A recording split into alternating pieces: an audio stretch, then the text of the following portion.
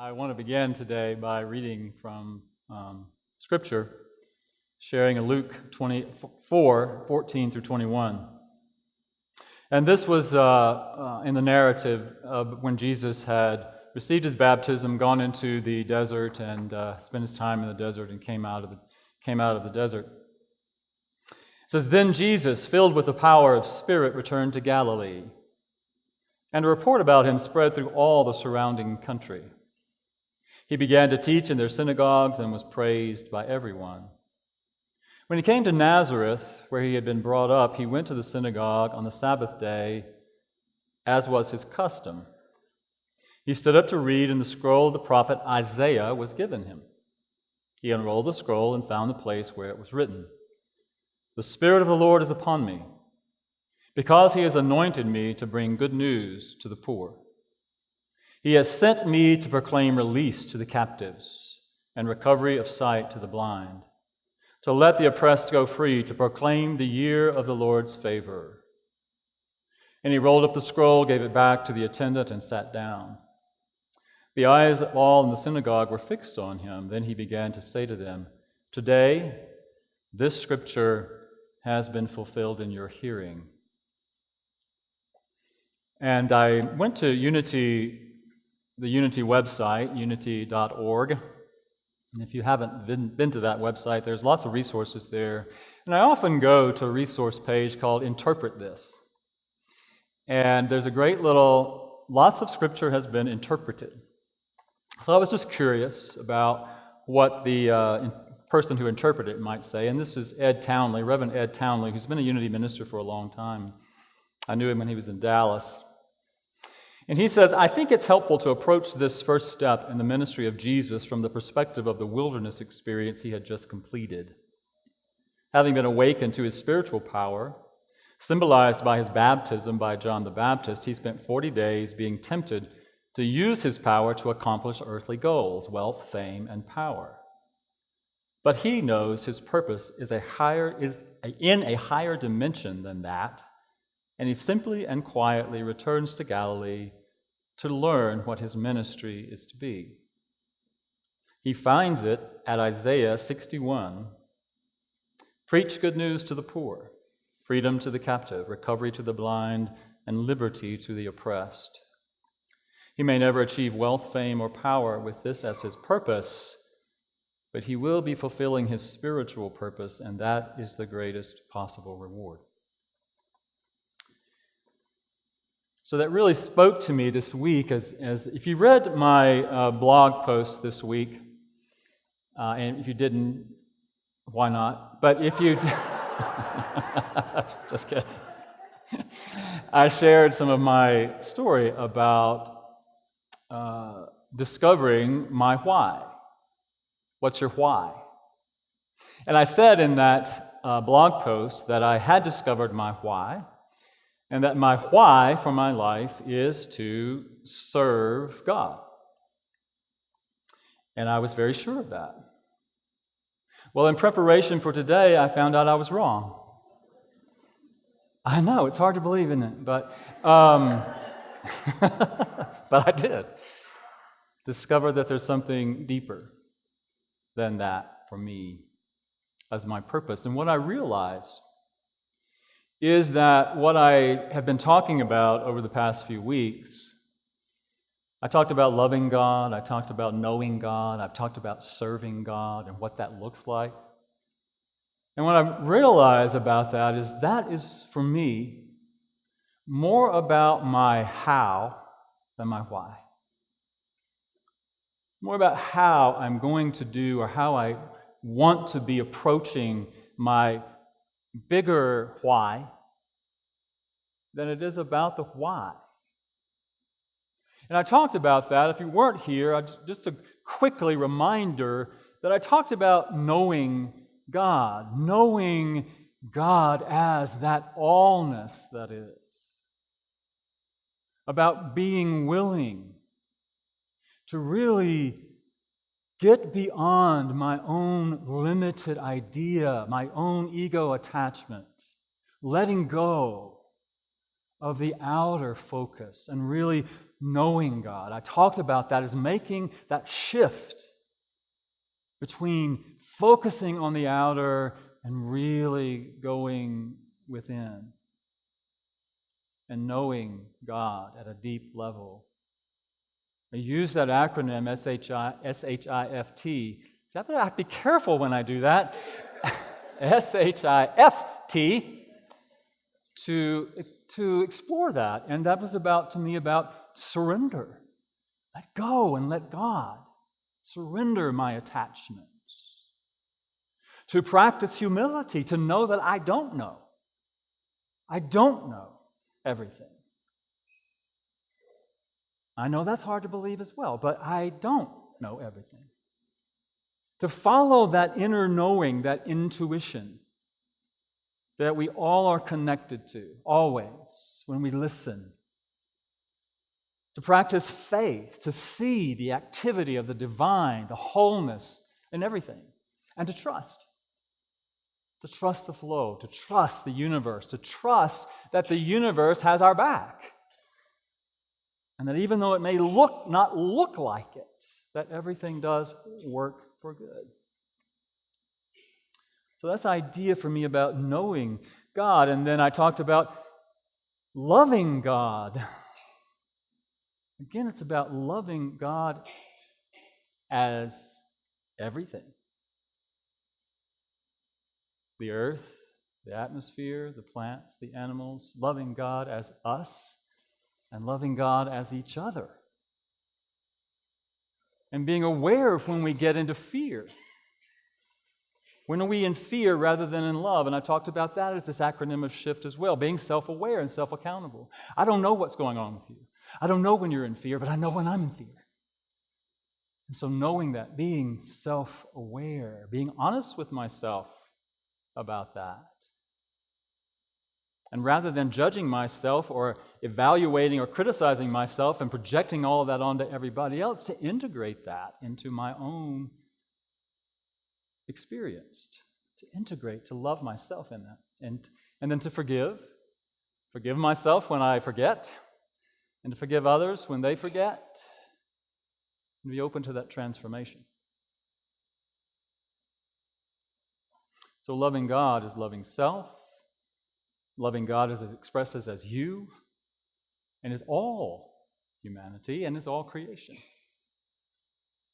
And then to serve God for me is about showing up. I had a teacher that used to say, get up, suit up, and show up. Get up, suit up, and show up. So getting up, showing up, suiting up is really just being in that place of willingness. It may even involve improving something about myself, learning more, being better at what I do, and then showing up fully. Showing up, being present fully. So knowing God and loving God and serving God, I think for me, and then allowing that to help me decide then the what. What am I going to do about that? What am I going to do? What actions am I going to take? Both internally and externally. And I think, again, I know it's all about us individually. We have our own path. And we're all directed differently. We're all unique. We're all wondrous. We all are beautiful expressions of the divine, and we all have our own path, our own gifts, our own talents. And I think it's important for us to recognize that, and to show up as that, because the world needs that. I think it was Howard Thurman who said, don't ask what the world needs. Ask what makes you come alive, and go and do that, because the world needs people who have come alive. So show up fully as who we are. But as I said, what I recognize is really all of those things are more for me about the how than the what. Than the why, sorry. About the how than the why. And so as I was preparing for today, I sat with that and I thought, well, if that's not my why, what is my why? And what came to me after some meditation is that my why is, and it's a very short statement that came to me, is to engender a world living unity.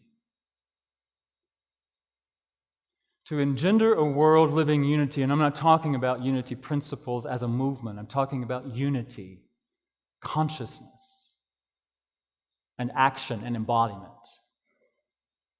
Living a world, engendering a world that is living the awareness of our unity. And that's what I talked about earlier in the reading. That when we know our unity in God, when we know our unity with each other and with all that is, then I believe that we do create a world out here that embodies that. And so what can I do to engender that? I can do all of those things. Love God, know God, serve God in all it is, and then what do I do? And I think I share that with you this morning because I think it's an important question. I think it's an important question for all of us. Our why. What is your why? Why do we do what we do? What is this overarching idea? And I want to take it a step further today. Because I think that is, while it is a question that we can ask ourselves and come up with an awareness of that for ourselves, this is so important. But I also think it's a bigger question for us as a community, as I shared. Why? What's our why? Why are we doing this? Why are we doing Unity? Why are we doing Unity Spiritual Center of Denver? Why are we here? There are lots of reasons. But I wanted to share some things with you about that. When we created a year ago our Focus Forward leadership team, which many of you are aware of, the Focus Forward leadership team, what they said was, during phase 1, the Focus Forward team will develop a set of proposals that will foster the development of a community-wide vision leading to deeper engagement, increased sense of ownership in the community, increased participation in programs, classes, activities, and volunteerism, and increased financial contributions sufficient to provide a sustainable and abundant future for Unity Spiritual Center Denver. Is that a why or is that a how?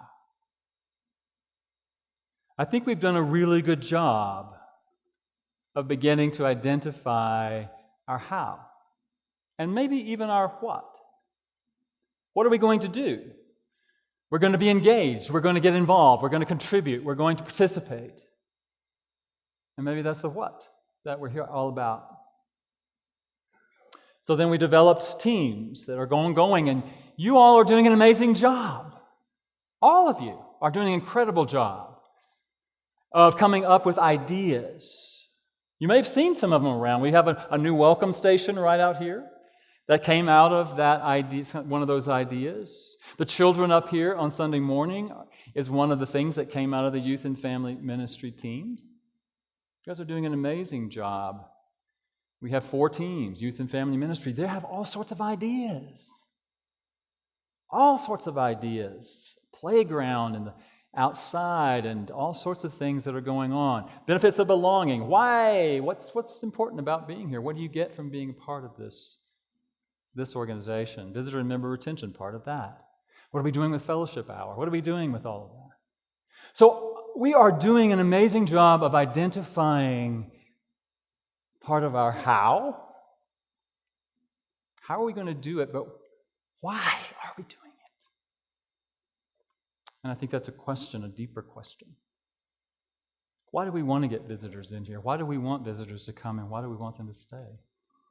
Why do we want our members to stay? Is it because it'd be easier for those of us who are here? Because we won't have to contribute so much? Because we don't have to give so much time and our talent and money? Maybe, but is there something deeper? Do we really believe in the life transforming power of the unity principles and teachings? Do we want people in here on Sunday morning or in our classes and workshops because we don't want to do so much? Or do we want people to come in here because we know that we have something, we have a message that the world, I believe, is hungry for?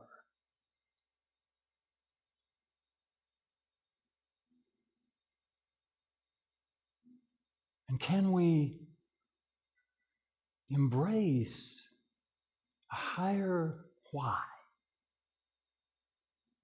Yes, it's good to come together and have community. It's good to come together and see your friends. It's good to do all those things. I'm not saying that anything's wrong with anything we're doing. They're beautiful, perfect, wonderful things. But I want to invite us into the deeper question. Why? Why are we doing it all? What are we hoping to create? So I looked up, some people call this our mission. What is our mission? So I was kind of curious about some of the well-known mission statements of some organizations. So I thought I would share some of those with you. McDonald's is very clear about their mission: to be our customers' favorite place and way to eat and drink. Kind of curious, isn't it? They seem to do a pretty good job of that. This is Nike's: bringing inspiration and innovation to every athlete in the world. And then they say everyone's an athlete. Powerful intention, powerful why for what they do. Starbucks: not to just caffeinate and energize people, but to inspire and nurture the human spirit, one person, one cup, and one neighborhood at a time. That's what they say. Tesla: to accelerate the world's transition to sustainable energy. That's one I can get behind. I like that idea. Walmart: to save people money so they can live better. It's a great why. Now, we could judge whether or not they're doing those things, but that's not our business, right? I think ours is to be clear about what our purpose is. And then this one is from Life Church: to lead people to become fully devoted followers of Christ. They're very clear about what they are about their why. And everything that they do supports that why. And so, our mission statement today, I want to talk about it just a little bit. For those of you who are visiting with us, I hope this is not totally boring for you, because it really is more directed toward our membership and our people who are here. But I think what I want to say is that our current mission statement is that we inspire spiritual awakening and personal transformation.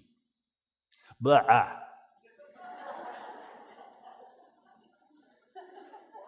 Now, I want to own something about that. I created that mission statement. And I regret that because, and I did that, I want to own this, because I did that when I was participating in a leadership training workshop. And the facilitator of the workshop said, well, the leadership needs to decide what the mission of the spiritual center is. So I did that.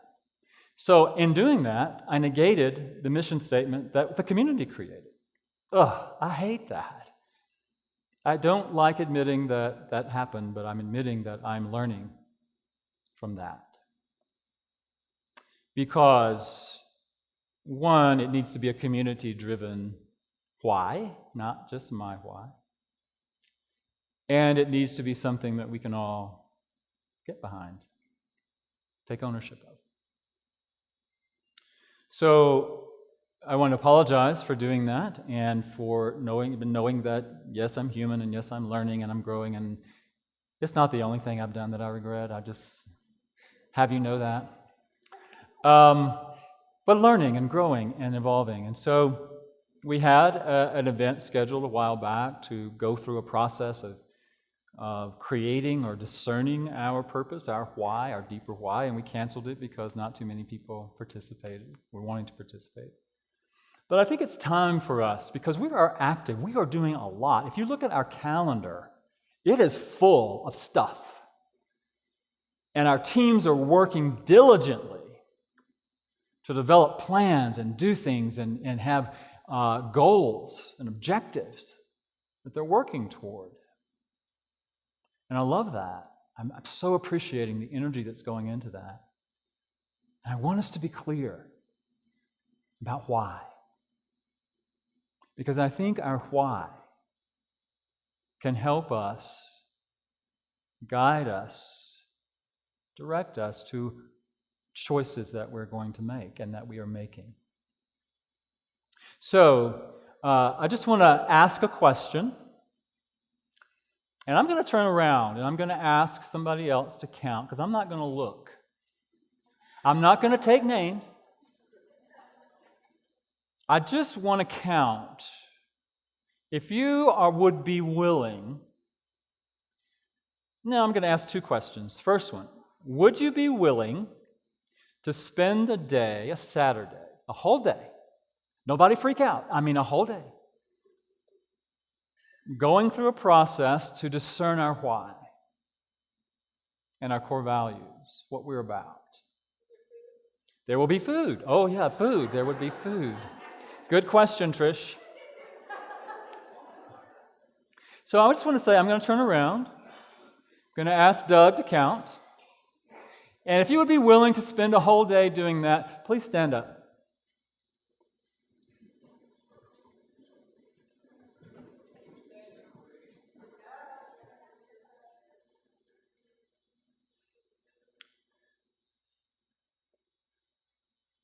It's tempting to look. If you're not standing, let me ask this question. If you would be willing to spend a half of a day doing that, please stand up.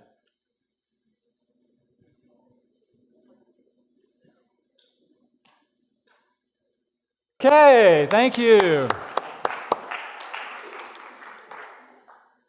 So I asked those questions because I want it to be us. It's not about Trish and me. It's not about the rest of the staff. It's not about the council making that decision. It's about all of us. Deciding our bigger why. Creating our idea of what our mission is. And I believe that when we are clear about that they can help inform our choices. And if we're clear about that,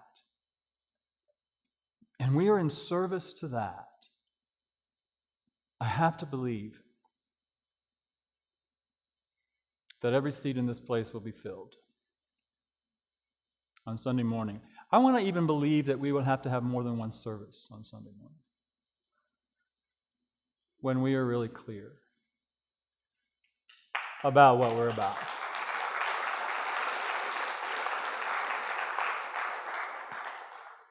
And so you'll be hearing a little bit more about that, but we will be doing something around that, and I don't yet know what it is. And I hope when we do that you will participate in that. Because I can just speak personally from my own personal experience.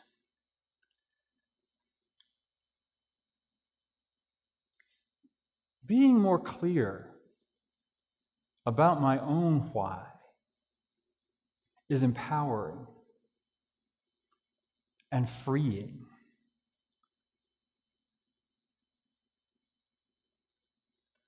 And inspiring.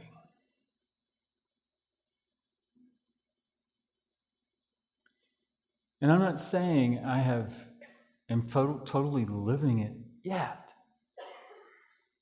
But if I can keep that in my consciousness, that my purpose, my why, is to engender a world living unity, then I can allow that and invite that to inform what I do, what I say, how I interact with people, and inform my entire being. So I support you in asking yourself, and I support us in asking us our bigger why. What's your why? And we'll go forward from there. So thank you.